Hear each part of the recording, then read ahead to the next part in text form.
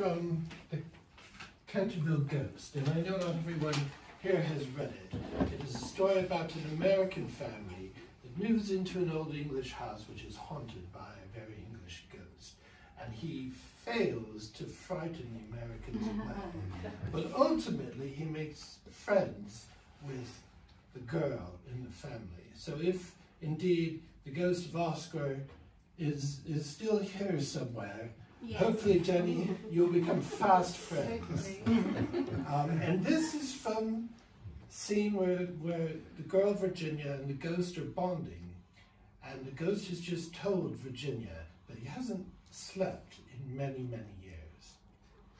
Virginia grew quite grave, and her little lips trembled like rose leaves. She came towards him, and kneeling down at his side, looked up into his old withered face. "Poor, poor ghost," she murmured. "Have you no place where you can sleep?" "Far away, beyond the pine woods," he answered in a low, dreamy voice, "there is a little garden. There the grass grows long and deep. There are the great white stars of the hemlock flower. There the nightingale sings all night long. All night long he sings, and the cold crystal moon looks down, and the yew tree spreads out its giant arms over the sleepers." Virginia's eyes grew dim with tears, and she hid her face in her hands. "You mean the Garden of Death?" she whispered. "Yes, death.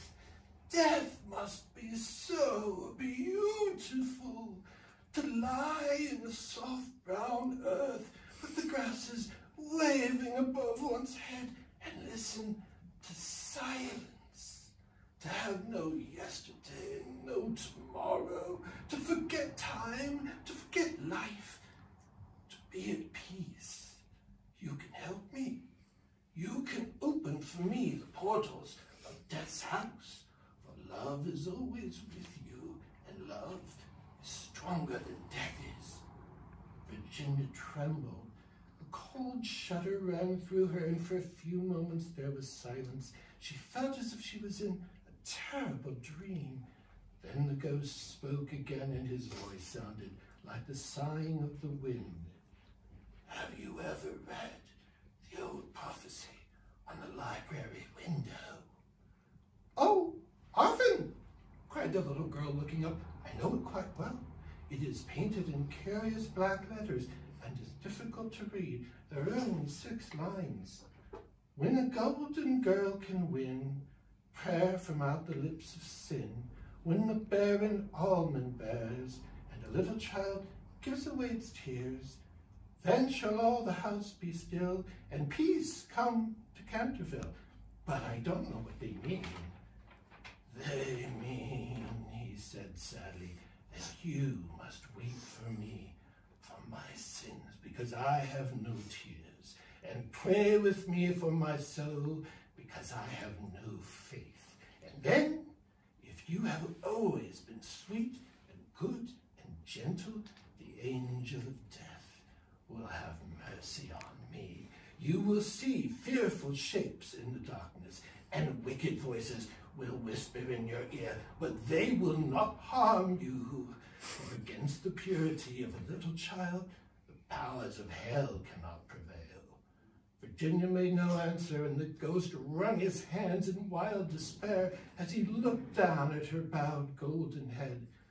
Suddenly she stood up, very pale, and with a strange light in her eyes said, "I am not afraid," she said firmly, "and I will ask the angel to have mercy on you." He rose from his seat with a faint cry of joy, and taking her hand, bent over it with old-fashioned grace and kissed it. His fingers were as cold as ice, and his lips burned like fire, but Virginia did not falter as he led her across the dusky room. On the faded green tapestry were broidered little huntsmen. They blew their tasseled horns, and with their tiny hands waved to her to go back. "Go back, little Virginia," they cried, "go back!" But the ghost clenched her hand more tightly, and she shut her eyes against them. Horrible animals with lizard tails and goggle eyes blinked at her from the carven chimney piece and murmured, "Beware, little Virginia, beware, we may never see you again." But the ghost glided on more swiftly, and Virginia did not listen.